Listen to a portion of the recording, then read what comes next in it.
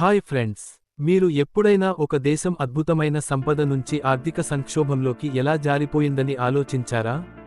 ఈ రోజు మనం అర్జెంటీనా గురించి మాట్లాడబోతున్నాం. ఒకప్పుడు ప్రపంచంలోనే అత్యంత సంపన్న దేశాల్లో ఒకటిగా ఉండి, ఇప్పుడు ఆర్థిక కష్టాల్లో కూరుకుపోయిన దేశం.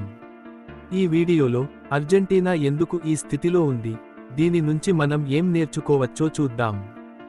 సో, లైక్ చేసి సబ్స్క్రైబ్ చేయండి. ప్రారంభిద్దాం. అర్జెంటీనా గురించి మొదట చెప్పాలంటే, ఇది ప్రకృతి సంపదల గని. ఫెర్టైల్ ల్యాండ్, నదులు, lithium, copper, gold, natural gas, coal ఇలా అన్నీ ఉన్నాయి. దీని స్ట్రాట వీధులు, అట్లాంటిక్ సముద్ర తీరం, ఆండీస్ పర్వతాలు స్ట్రాటజిక్ లొకేషన్. 100 సంవత్సరాల క్రితం అర్జెంటీనా ప్రపంచంలోనే అత్యంత ధనిక దేశాల్లో ఒకటి. దాని జీడీపీ కెనడా, ఆస్ట్రేలియా, యూకే కంటే ఎక్కువగా ఉండేది. బ్యూనస్ ఐరిస్ని పారిస్తో పోల్చేవారు. కానీ ఇప్పుడు సీన్ పూర్తిగా మారిపోయింది. గత 100 సంవత్సరాల్లో అర్జెంటీనా 9 పెద్ద ఆర్థిక సంక్షోభాలను చూసింది. 2022 నాటికి ఇన్ఫ్లేషన్ ఆకాశాన్ని తాకింది. ప్రజలు బేసిక్ నీడ్స్ కొనలేని స్థితిలో ఉన్నారు. కరెన్సీ విలువ రోజురోజుకు పడిపోతోంది. సోషల్ అన్రెస్ట్ పెరిగిపోయింది. కానీ ఇంత సంపద ఉన్న దేశం ఎలా ఈ స్థితికి వచ్చింది? దీనికి కొన్ని మెయిన్ రీజన్స్ ఉన్నాయి.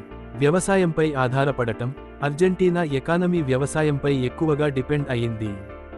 గ్లోబల్ మార్కెట్ ధరలు పడిపోతే దేశ ఆదాయం కూడా దెబ్బతింది. సంపద అసమానత. సంపద కొంతమంది చేతుల్లోనే ఉండిపోయింది. ఇది బ్రాడ్ ఎకనామిక్ డెవలప్మెంట్ని అడ్డుకుంది. ప్రభుత్వ జోక్యం, ఇండస్ట్రీల నేషనలైజేషన్, హెవీ సబ్సిడీలు, బిజినెస్ లపై రెస్ట్రిక్షన్స్ ఇవన్నీ కాపిటల్ ఫ్లైట్కి, ఎకనామిక్ స్టాగ్నేషన్కి దారితీశాయి. రాజకీయ అస్థిరత, మిలిటరీ కూల్స్, తరచూ మారే ప్రభుత్వాలు ఇన్వెస్టర్ కాన్ఫిడెన్స్ని దెబ్బతీశాయి. అప్పులు మరియు కండిషన్స్, ఇంటర్నేషనల్ లోన్స్ స్ట్రిక్ట్ కండిషన్స్తో వచ్చాయి. ఇవి ఎకానమీని మరింత బర్డెన్ చేశాయి. సోషలిస్ట్ పాలసీలు, ప్రొడక్టివిటీ లేకుండా హై సాలరీలు, సబ్సిడీలు ఇవ్వడం సస్టైనబుల్ కాలేదు. అర్జెంటీనా కథ ఒక హెచ్చరిక లాంటిది. ఎంత సంపద, పొటెన్షియల్ ఉన్నా ఒకే సెక్టర్పై డిపెండెన్సీ, సంపద అసమానత, తప్పుడు ప్రభుత్వ పాలసీలు, రాజకీయ అస్థిరత, సస్టైనబుల్ కాని ఎకనామిక్ ప్రాక్టీసెస్ ఇవన్నీ ఒక దేశాన్ని కూడా కిందకి లాగేయగలవు.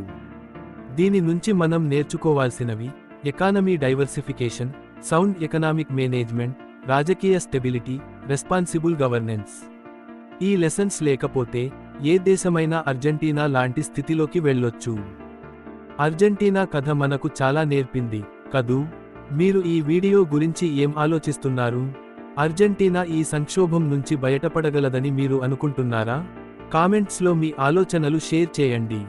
ఇలాంటి ఇంట్రెస్టింగ్ వీడియోస్ కోసం లైక్ చేయండి, సబ్స్క్రైబ్ చేయండి, బెల్ ఐకాన్ ప్రెస్ చేయండి.